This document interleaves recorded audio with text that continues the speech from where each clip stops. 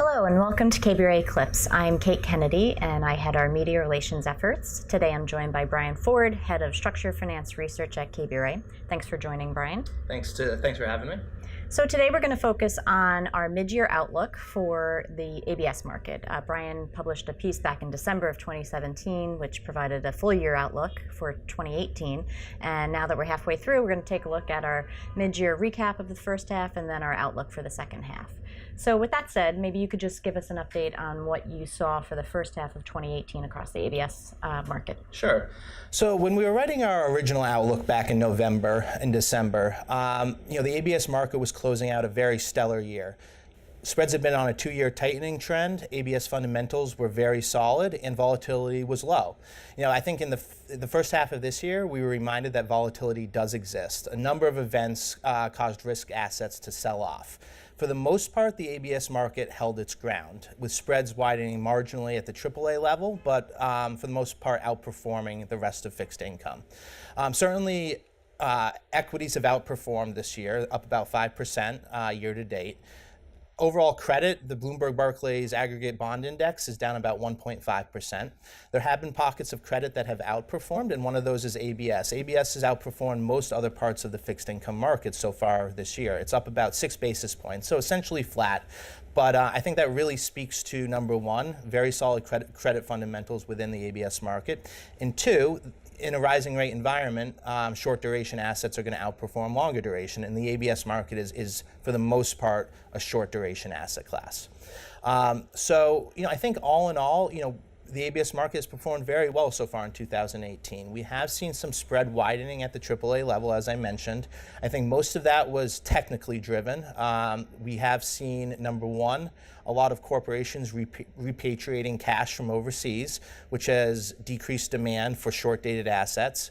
We've also seen the Treasury issue a lot of its funding at the short end of the curve, which has really increased supply at the short end and decreased demand for ABS asset classes, especially AAA asset classes. On the flip side, we have seen continued spread tightening for subordinate consumer tranches, as well as more off-the-run esoteric asset classes.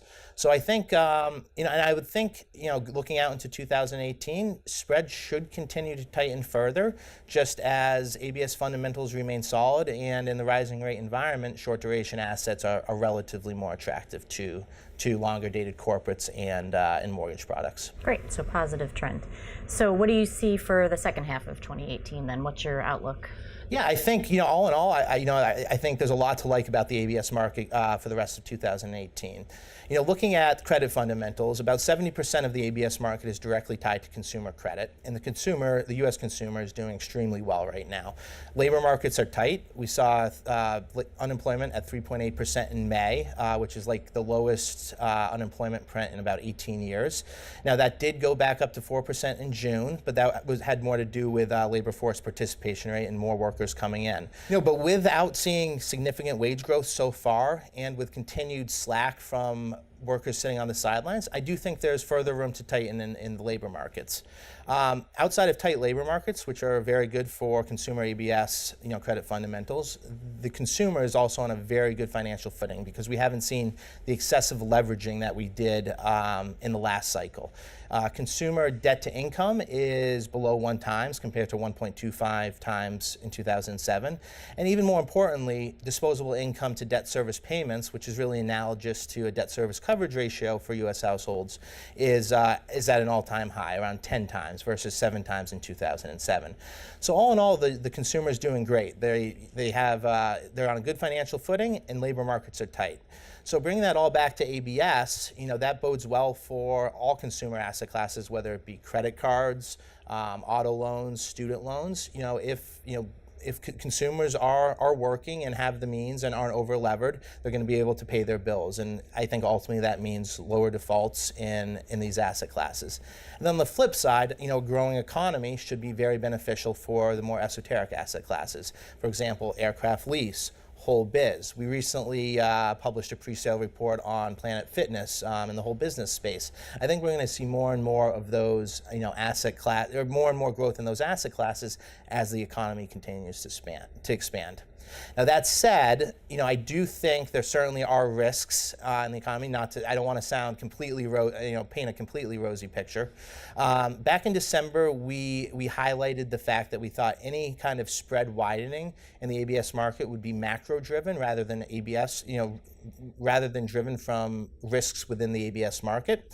I think that rings more truer today than it did back in December. With the political uncertainty across the Eurozone, with the continued threat of a trade war or multiple trade wars, and the real potential for a policy miss as the Fed continues to raise rates, I think certainly there could be some prolonged risk-off environment in 2018 and 2019.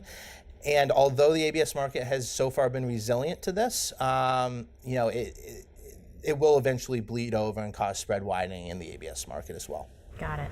So with those risks that you mentioned, what would you say the supply projection is for the second half? I mean, it does sound positive, but at the same time, as you mentioned, there is a mitigant. So what are you looking for projection for a second half? Sure. So, projecting supply is always a difficult task, just given certain issuers going away and certain asset classes popping up.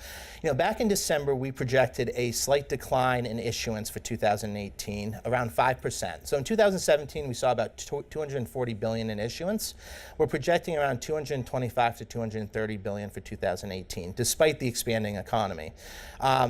This was really driven by our expectation for a decrease in auto loan issuance and a decrease in credit card issuance. On the auto side, it was more due to the declining plateau of auto sales and less originations going on right now.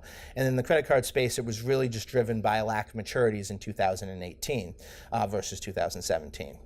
So 2018 started off at a very fast pace in terms of issuance. January and February were extremely busy, and they were about 28% above, or around 30% above 2017 levels.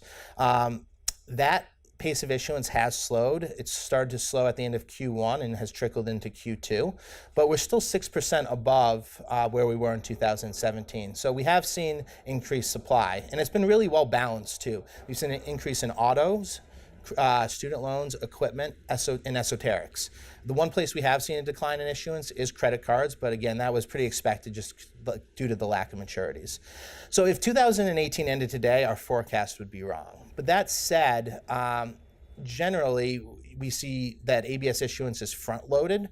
So we do expect issuance volumes to slow down in the second half of 2018. So we're still very comfortable with our original projection of a slight year-over-year decline to about 225 to 230 billion in issuance. Right, and that's obviously due to a little bit of a summer drought as well. August usually tends to become a little bit more quiet, and then things start to pick up again after Labor Day. Certainly, and then as you reach November, issuers have really met their funding needs for the year, and so don't have as much of a requirement to issue ABS. Right.